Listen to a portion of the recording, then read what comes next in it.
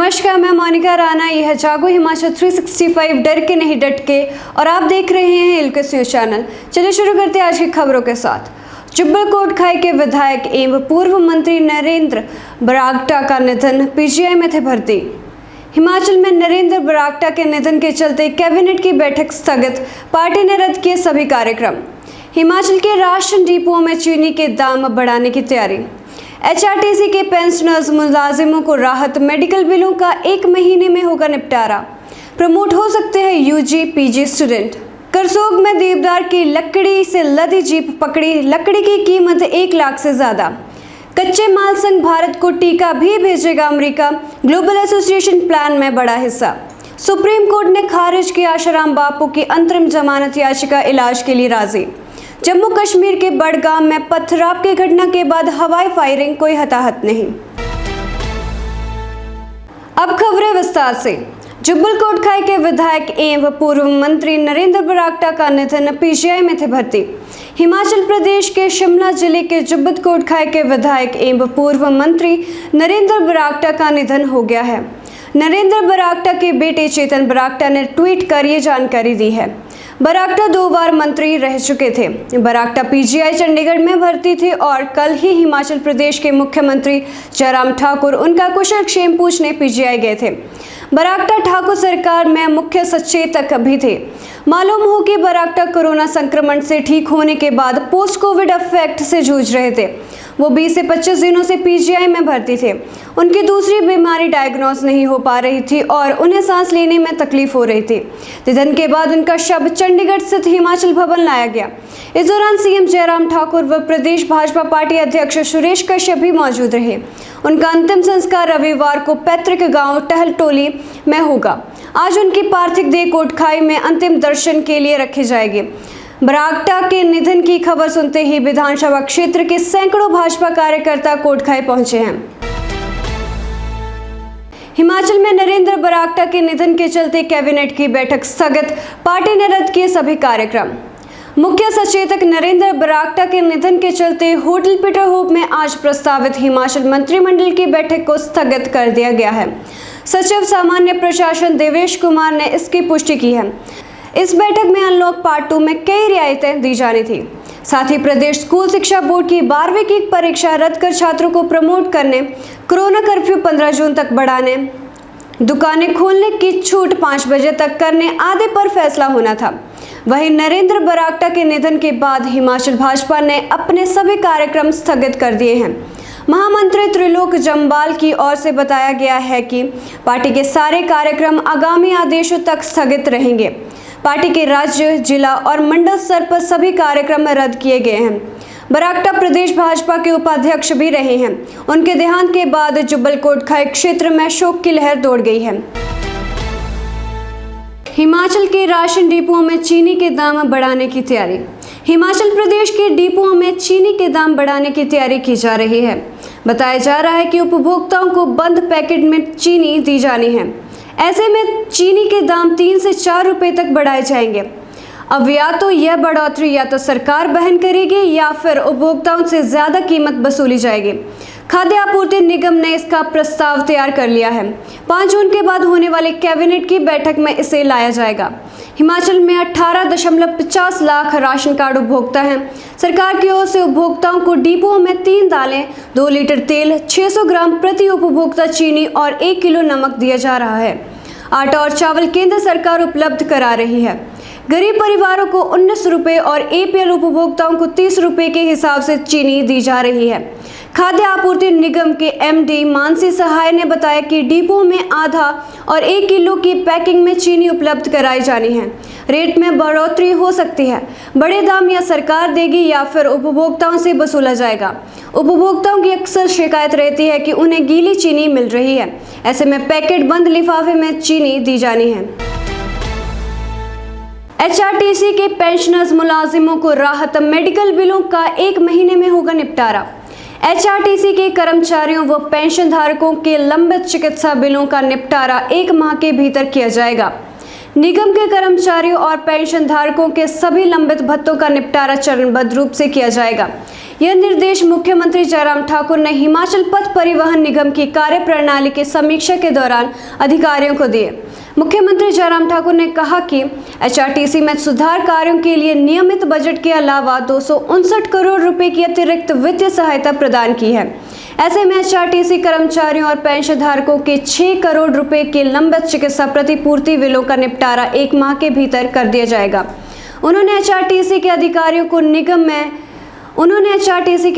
को निगम के कर्मचारियों और पेंशनधारकों के सभी लंबित भत्तों का निपटारा चरणबद्ध रूप से करने के निर्देश दिए।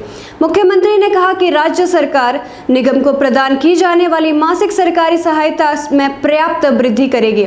मुख्यमंत्री ने कहा कि 200 नई बसों की खरीद कर मौजूदा पुरानी बसों को बदला जाएगा। उन्होंने कहा कि प्रदेश में बस अड्डों और कार्यशालाओं में सुधार करने और उनकी उन्नति के लिए एचआरटीसी को 10.50 करोड़ रुपए प्रदान किए गए हैं। उन्होंने कहा कि स्मार्ट सिटी योजना के तहत धर्मशाला और शिमला स्थित डल्ली और लक्कड़ बाजार बस अड्डों में क्षेत्रीय कार्यशालाएं विकसित की जाएंगी। एचआरटीसी से संबंधित मुख्यमंत्री घोषणाओं की समीक्षा करते हुए उन्होंने इन घोषणाओं और शिलान्यास किए गए कार्यों का समयबद्ध कार्यान्वयन सुनिश्चित करने के निर्देश दिए। इस अवसर पर मुख्यमंत्री को निगम के कर्मचारियों द्वारा 32,25,850 रुपए तथा एचआरटीसी पेंशनधारकों द्वारा 17,66,824 रुपए के चेक मुख्यमंत्री कोविड-19 फंड के लिए भेंट किए गए। परिवहन मंत्री बिक्रम सिंह ने भरोसा दिलाया कि मुख्यमंत्री की घोषणा को निर्धारित समय में पूर्ण किया जाएगा। इस अवसर पर निगम के प्रबंधन निदेशक संदीप कुमार, एचआरटीसी के उपाध्यक्ष विजय अग्निहोत्री, मुख्य सचिव अनिल खाची, अतिरिक्त मुख्य सचिव राम सुभन सिंह, प्रबोध सक्सेना और जेजे शर्मा, सचिव अक्षय सूद और अन्य वरिष्ठ अधिकारी भी उपस्थित रहे। प्रमोट हो सकते हैं यूजी पीजी स्टूडेंट। स्कूल के बाद अब कॉलेज विश्वविद्यालयों की परीक्षा पर भी सरकार तैयारी करने लगी है। जानकारी के अनुसार इस साल भी यूजी व पीजी के फर्स्ट व सेकंड ईयर के छात्रों को प्रमोट किया जा सकता है। वहीं फाइनल ईयर के छात्रों की परीक्षाएं करवाने पर सरकार मंथन कर रही है। शिक्षा विभाग व एचपीयू को 10 जून तक यूजी पीजी छात्रों की परीक्षाओं को लेकर प्लानिंग भेजने को कहा है। ऐसे में शिक्षा निदेशक की अध्यक्षता में कमेटी का गठन हो गया है। कॉलेज परीक्षा पर क्या करना है, किस तरह से छात्रों की मेरिट बनाई जा सकती है, इन सब पर सभी के सुझाव लिए जा रहे हैं। हालांकि पीजी, एमफिल व अन्य तमाम परीक्षाओं पर एचपीयू से सुझाव मांगे हैं। सूत्रों की माने तो 14 जून के बाद कोविड की स्थिति को देखते हुए ही कॉलेज परीक्षाओं पर राज्य सरकार फैसला ले सकती है। हालांकि सरकार को यूजीसी के आदेशों का भी इंतजार है। अभी तक कॉलेज व विश्वविद्यालयों की परीक्षा पर यूजीसी यानी कि विश्वविद्यालय अनुदान आयोग ने भी कोई नए दिशा निर्देश जारी नहीं किए हैं। इससे परेशानी ये हो गई है कि हजारों छात्रों की डिग्रियों पर खतरा हो गया है। विभागीय जानकारी के अनुसार कॉलेज विश्वविद्यालय के सभी छात्रों के लिखित एग्जाम न करवाने के संकेत सरकार दे चुकी है। बताया जा रहा है कि उससे पहले अगर विश्वविद्यालय अनुदान आयोग के आदेश जारी हो जाते हैं तो उसके आधार पर भी छात्रों को अगली कक्षा में किया जा सकता है। वहीं यूजीसी ने संस्थानों को इस स्थिति में संवेदनशील बने रहने को कहा है। करसोग में देवदार की लकड़ी से लदी जीप पकड़ी, लकड़ी की कीमत 1 लाख से ज्यादा। पर्यावरण दिवस पर भले ही पेड़ पौधों को बचाने की दुहाई दी जाती है, परंतु स्वार्थ में अंधे वन काटो शायद इस बात को कतई नहीं सोचते हैं कि यदि पेड़ नहीं होंगे तो मानव जीवन भी सुरक्षित नहीं होगा। इसी कड़ी में शुक्रवार आधी रात को वन मंडल करसोग के कर्मचारियों द्वारा गश्त के दौरान एक जीप को तलाशी के लिए रोका। गाड़ी में देवदार के 19 स्लीपर लदे हुए थे।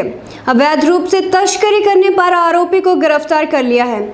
जानकारी के अनुसार बखरोट से बाजू गांव को जाने वाली संपर्क सड़क पर शुक्रवार रात को वनकर्मी पदम सिंह, उत्तम चंद, विक्रांत, रोशनलाल व रमेश गश्त पर थे कि एक जीप आती हुई दिखाई दी, जिसे छानबीन के लिए रोका गया तो उसमें अवैध देवदार की लकड़ी लदी हुई पाई गई, जिस पर वन कर्मियों ने तुरंत कार्रवाई करते हुए अवैध तस्करी लकड़ी ले जा रहे वाहन को एक आरोपी सहित दबोच लिया और मामला करसोग पुलिस थाना में दर्ज करवा दिया है। वन मंडल अधिकारी करसोग बासु डोगरा ने कहा कि वन कर्मियों द्वारा लगभग 1,05,000 रुपए की लकड़ी वाहन समेत जब्त की है। कच्चे माल संघ भारत को टीका भी भेजेगा अमेरिका, ग्लोबल एसोसिएशन प्लान में बड़ा हिस्सा। कोरोना वैक्सीन की मैन्युफैक्चरिंग के लिए जरूरी कच्चे माल के निर्यात से अमेरिका ने रोक हटा ली है। इसके अलावा अपने पड़ोसी और साझेदार देशों की उस लिस्ट में भारत को भी अहम स्थान दिया है, जिन्हें वह कोरोना वैक्सीन की सप्लाई करने वाला है। अमेरिकी राष्ट्रपति जो बाइडेन ने ग्लोबल एसोसिएशन प्लान लॉन्च किया है। इस अभियान के तहत अमेरिका की ओर से दुनिया कई देशों को कोरोना टीकों की 25 मिलियन डोज की सप्लाई की जानी है। इसका बड़ा हिस्सा भारत को भी मिलने वाला है। अमेरिका के रुख में यह बदलाव इसलिए भी उल्लेखनीय है क्योंकि बीते कुछ महीनों से उसने वैक्सीन की मैन्युफैक्चरिंग के लिए जरूरी कच्चे माल के निर्यात पर रोक लगा रखी थी। अमेरिका में भारत के राजदूत तरजीत सिंह संधू ने मीडिया से बात करते हुए यह जानकारी दी। अमेरिका ने इससे पहले डिफेंस प्रोडक्शन एक्ट लागू कर दिया था, जिसके चलते किसी भी अहम चीज की सप्लाई में अमेरिका को प्राथमिकता देना जरूरी था। सुप्रीम कोर्ट ने खारिज की आशाराम बापू की अंतरिम जमानत याचिका, इलाज के लिए राजी। देश के सर्वोच्च न्यायालय ने आशाराम बापू को अंतरिम जमानत देने से इनकार कर दिया है।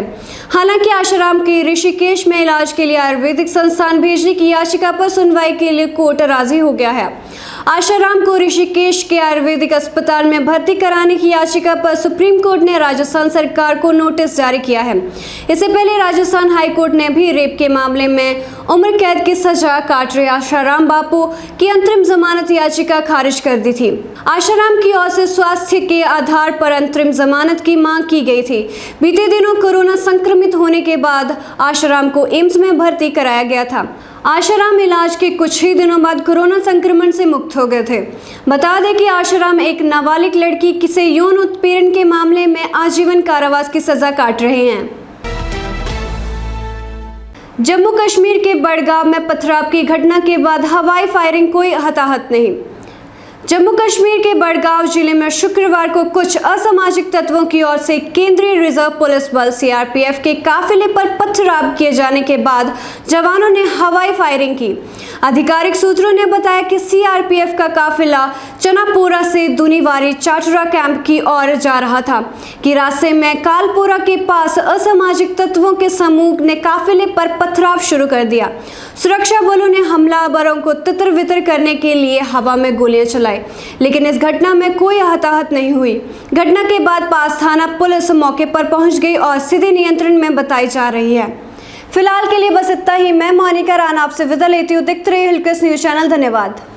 हेलो हिमाचल 365 टीवी, सूचना, समाचार, मनोरंजन, एजुकेशन और भी बहुत कुछ लेकर आ रहा है। This is Himachal 365 TV and you're watching Hillquist News. I'm Garima. मैं मोनिका राणा। मेरा नाम है आशीष।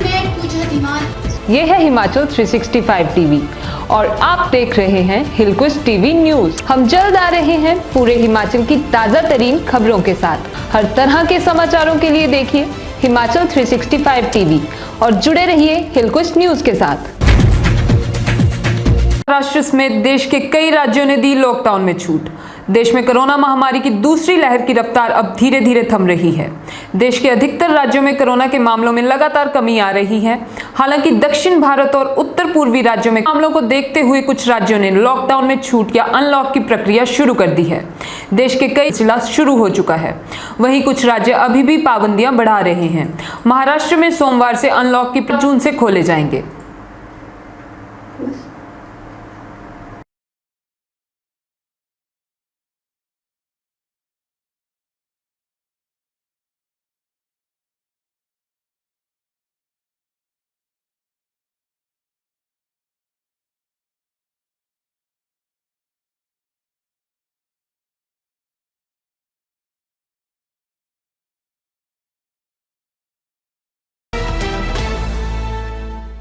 जमीन विवाद में युवती को कमरे में बंद कर खड़ी कर दी दीवार। कोडरमा जिले के जयनगर थाना अंतर्गत ग्राम योगटिला में जमीन पर कब्जा जमाने के लिए एक निहायत ही अमानवीय व क्रूर तरीका अपनाने का मामला सामने आया है। यहां जमीन विवाद में एक पक्ष ने 19 वर्षीय युवती सुलेखा कुमारी को घर के कमरे में बंद कर ताला जड़ दिया और कुछ ही देर में बाहर ईंट की दीवार खड़ी कर दी। इसके पश्चात मुख्य द्वार पर दीवार खड़ी कर दी। घटना शुक्रवार को दिन के 1 बजे उस वक्त हुई जब सुलेखा के स्वजन गाँव में एक गृह प्रवेश कार्यक्रम में गए हुए थे। लगभग 6 घंटे के बाद जब पुलिस को जानकारी मिली तो घटनास्थल पर पहुंचकर दीवार तोड़कर युवती को कमरे से बाहर निकाला। युवती फिलहाल पूरी तरह स्वस्थ है।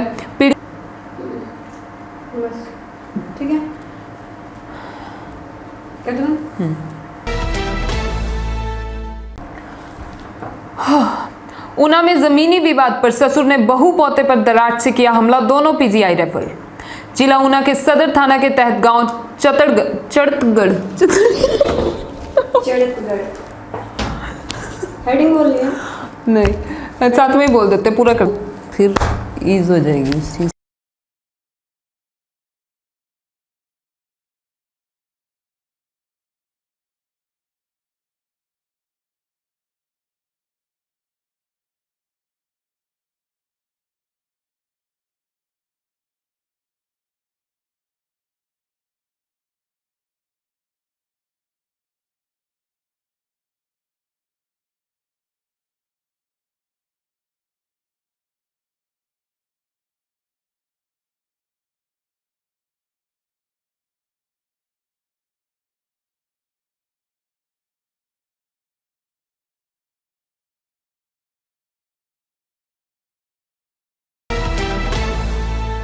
सिटीजन चार्टर शुरू करने वाला पहला राज्य बनेगा हिमाचल। 15 अगस्त से शुरू होंगी नई सेवाएं। ग्रामीण विकास एवं पंचायती राज मंत्री वीरेंद्र कंवर ने कहा कि केंद्र सरकार सिटीजन चार्टर शुरू करने जा रही है। इसे हिमाचल प्रदेश में 15 अगस्त तक शुरू कर दिया जाएगा। ये सुविधा देने वाला हिमाचल देश का पहला राज्य बनेगा। उन्होंने वीडियो कॉन्फ्रेंसिंग से केंद्र से हिमाचल के लिए आर्थिक विकास एवं आय वृद्धि परियोजना को जल्द मंजूरी देने की मांग की। वीरेंद्र कंवर ने शुक्रवार को केंद्रीय कृषि मंत्री नरेंद्र तोमर की अध्यक्षता में हुई बैठक में वीडियो कॉन्फ्रेंसिंग के माध्यम से हिस्सा लिया। कंवर ने कहा कि इस परियोजना की मंजूरी मिलने से ग्रामीण क्षेत्रों में तेजी से विकास होगा तथा ग्रामीण पर्यटन के दरवाजे भी खुलेंगे। हिमाचल में पहले से जन्म और मृत्यु प्रमाण पत्र, विवाह पंजीकरण तथा परिवार रजिस्टर की नकल लेने के लिए सुविधा ऑनलाइन मिल रही है। नवीन पहल के चलते प्रदेश ने 2 बार ई पुरस्कार हासिल किए हैं। सिटीजन चार्टर की नई सूची में शामिल की गई सेवाओं को हिमाचल में 15 अगस्त तक शुरू कर दिया जाएगा। कहा है कि प्रदेश में हाल ही में शांतिपूर्ण तरीके से पंचायती राज संस्थाओं के चुनाव हुए हैं। जनजातीय क्षेत्रों में कुछ पंचायतें अभी भी चुनाव होने हैं क्योंकि बर्फबारी की वजह से वहां चुनाव करवाना संभव नहीं था। जल्द वहां पंचायत चुनाव करवाए जाएंगे। नवनिर्वाचित पंचायतों को प्रशिक्षण भी दिया जा रहा है। हिमाचल में 27 कोरोना संक्रमितों की मौत, 794 नए पॉजिटिव, 10,000 से कम हुए सक्रिय केस। हिमाचल प्रदेश में शुक्रवार को 27 और कोरोना पॉजिटिव मरीजों की मौत हो गई है। कांगड़ा जिले में 5, ऊना 5, सिरमौर 4, कुल्लू 3, शिमला 2, मंडी में भी 2, हमीरपुर 2, बिलासपुर 2, चंबा और सोलन में 1-1 संक्रमित ने दम तोड़ा। उधर प्रदेश में कोरोना के 794 नए मामले आए हैं। कांगड़ा जिले में सबसे ज्यादा 148, शिमला में 142, मंडी 138, चंबा 71, ऊना 52, हमीरपुर 68, कुल्लू 36, सोलन 53, बिलासपुर 20, सिरमौर 40, किन्नौर 13 और लाहौल स्पीति में 13 नए मामले सामने आए हैं। बीते 24 घंटों के दौरान 2030 लोगों ने कोरोना को मात दी। अब प्रदेश में कुल कोरोना संक्रमितों का आंकड़ा 1,93,924 पहुंच गया है। इनमें से अब तक 1,80,870 संक्रमित ठीक हो चुके हैं। सक्रिय कोरोना मामले घटकर 9,787 रह गए हैं। प्रदेश में अब तक 3,244 संक्रमितों की मौत हुई है। बीते 24 घंटों के दौरान कोरोना की जांच के लिए 19,073 लोगों को सैंपल लिए गए। प्रदेश के 9 जिलों में सक्रिय मामले 1,000 से नीचे आ गए हैं। कांगड़ा, शिमला व मंडी में ही अब 1,000 से अधिक सक्रिय केस हैं। 10वीं कक्षा के विद्यार्थियों का परीक्षा परिणाम तय करने का फॉर्मूला तैयार, ऐसे मिलेंगे अंक। हिमाचल प्रदेश राज्य स्कूल शिक्षा बोर्ड ने 10वीं कक्षा के विद्यार्थियों का परीक्षा परिणाम तय करने का फॉर्मूला तैयार कर लिया है। बोर्ड ने इसके लिए 7 बिंदु तैयार किए हैं। विभागीय अधिकारियों ने बताया कि 9वीं कक्षा की परीक्षाओं के अंकों सहित first and second term pre board परीक्षाओं, प्रैक्टिकल सहित बीते दिनों हुई अंग्रेजी की परीक्षा के आधार पर अंकों को तय किया गया है। इसके अलावा शिक्षकों को भी आंतरिक मूल्यांकन करने के लिए कुछ अंक दिए जाएंगे। राज्य सचिवालय में शिक्षा मंत्री गोविंद ठाकुर को इस बात की प्रस्तुति भी दी गई। कैबिनेट बैठक से मंजूरी मिलते ही शिक्षा बोर्ड इसकी अधिसूचना जारी कर आगामी 3 सप्ताह के भीतर परीक्षा परिणाम जारी कर देगा। 12वीं कक्षा के विद्यार्थियों को प्रमोट करने के लिए सीबीएसई के फॉर्मूले का इंतजार किया जाएगा। 10वीं कक्षा के विद्यार्थियों के अंक निर्धारित करने के फॉर्मूले को लेकर शुक्रवार को स्कूल शिक्षा बोर्ड ने शिक्षा मंत्री को प्रस्तुति दी। फॉर्मूले को अंतिम मंजूरी शनिवार को होने वाली कैबिनेट बैठक में दी जाएगी। परीक्षा परिणाम तैयार करने के लिए जल्द ही कमेटियां बनाई जाएंगी। बोर्ड से इसकी अधिसूचना जारी होते ही 2 से 3 सप्ताह में कार्य पूरा करने का प्रयास रहेगा। हिमाचल विधानसभा की सुरक्षा के लिए बनेगा अलग दस्ता, प्रस्ताव तैयार। हिमाचल विधानसभा के बजट सत्र के दौरान राज्यपाल से हुई अभद्रता के बाद भविष्य में ऐसी घटनाओं की पुनरावृत्ति न होने के लिए हिमाचल प्रदेश विधानसभा की सुरक्षा व्यवस्था में आमूलचूल परिवर्तन के लिए खाका तैयार कर लिया गया है। 86 लोगों की भर्ती का प्रस्ताव तैयार किया गया है जो विधानसभा के कर्मचारी होंगे और पूरे साल परिसर की सुरक्षा व उसके अंदर की कानून व्यवस्था संभालेंगे। इन कर्मियों की नई प्रस्तावित विधानसभा सुरक्षा सेवा के तहत भर्ती की जाएगी। इसमें भर्ती होने वालों के लिए कमांडो प्रशिक्षण प्राप्त होना जरूरी होगा। शुक्रवार को आईजी शिमला रेंज हिमांशु मिश्र ने विधानसभा अध्यक्ष विपिन सिंह परमार को उनके कार्यालय में डीजीपी संजय कुंडू की मौजूदगी में एक प्रस्तुति दी। बताया गया कि हिमाचल प्रदेश विधानसभा सुरक्षा सेवा का गठन विशेष रूप से दोनों विधानसभाओं शिमला व धर्मशाला की आंतरिक सुरक्षा को सुनिश्चित करने के लिए प्रस्तावित है। हिमाचल की ऊंची चोटियों पर हल्का हिमपात, प्रदेश में 2 दिनों तक बारिश के आसार। हिमाचल प्रदेश में शनिवार और रविवार को भी मौसम खराब रहने के आसार हैं। 7 जून से पूरे प्रदेश में धूप खिलने का पूर्वानुमान है। शुक्रवार को ऊना में छमाछम बारिश हुई। कुल्लू के कई इलाकों में बारिश हुई। 13,050 फीट ऊंचे रोहतांग दर्रे सहित ऊंची चोटियों पर हल्का हिमपात हुआ। शुक्रवार दोपहर बाद रोहतांग, मकरवे, शिखरवे, seven sister peak, Manali peak, Ladakhi peak, Patalsu peak, शेतीघाट, हनुमान टिब्बा, देव टिब्बा, ब्यासकुंड, मंगनाकोट, दशहर झील, भृगु झील, हमटा पास, शिरघन तुंग में ताजा हिमपात हुआ। इसके अलावा प्रदेश के कई इलाकों में मौसम मिला जुला रहा।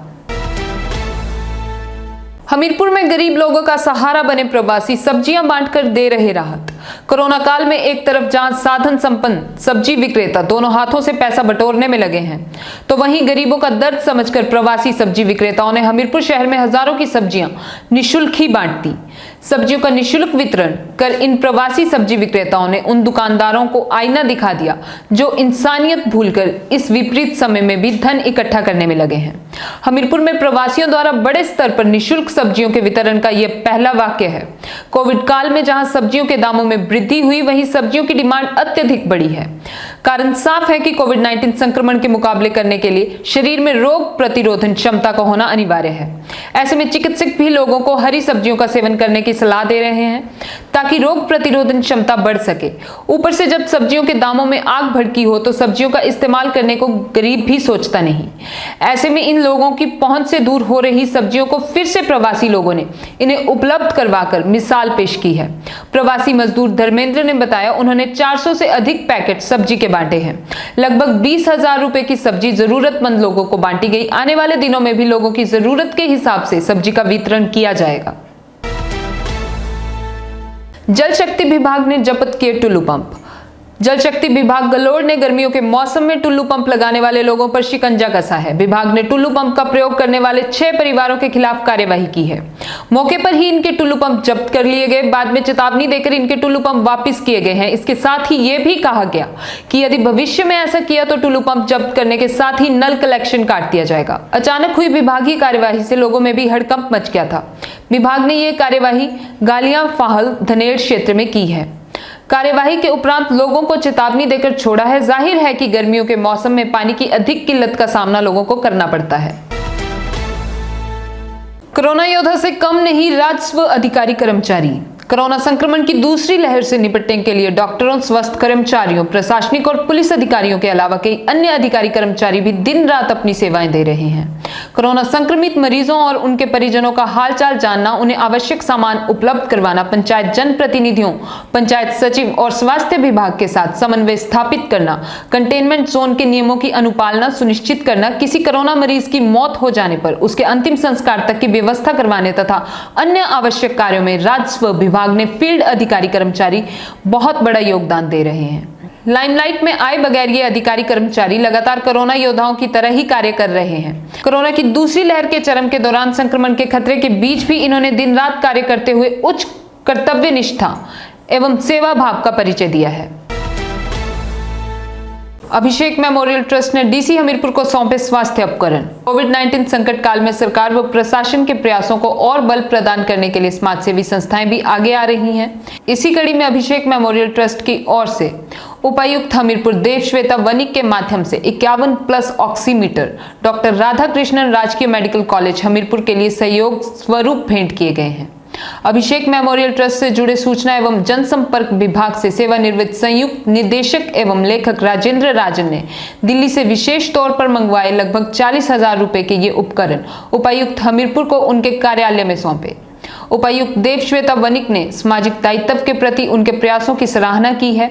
हमीरपुर की समीपवर्ती बल पंचायत के निवासी राजेंद्र राजन ने कहा कि कोविड के इस संकट काल में वे एक जागरूक नागरिक के रूप में किसी न किसी रूप में अपना सहयोग देने के बारे में सोच रहे थे। इसी दौरान राजकीय मेडिकल कॉलेज हमीरपुर के चिकित्सा अधीक्षक डॉक्टर रमेश चौहान से उन्होंने चर्चा की और उन्होंने ये उपकरण भेंट करने का सुझाव दिया। हाल ही में अपने युवा बेटे को खो चुके राजन ने उन्हीं की स्मृति में ये पुण्य कार्य किया है। धन्यवाद और जुड़े रहिए हिल कोस्ट न्यूज के साथ।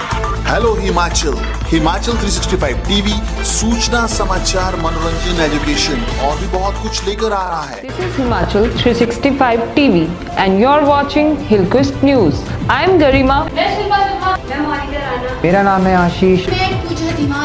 ये है हिमाचल 365 टीवी और आप देख रहे हैं हिल कोस्ट टीवी न्यूज। हम जल्द आ रहे हैं पूरे हिमाचल की ताजा तरीन खबरों के साथ। हर तरह के समाचारों के लिए देखिए हिमाचल 365 टीवी और जुड़े रहिए हिल कोस्ट न्यूज के साथ।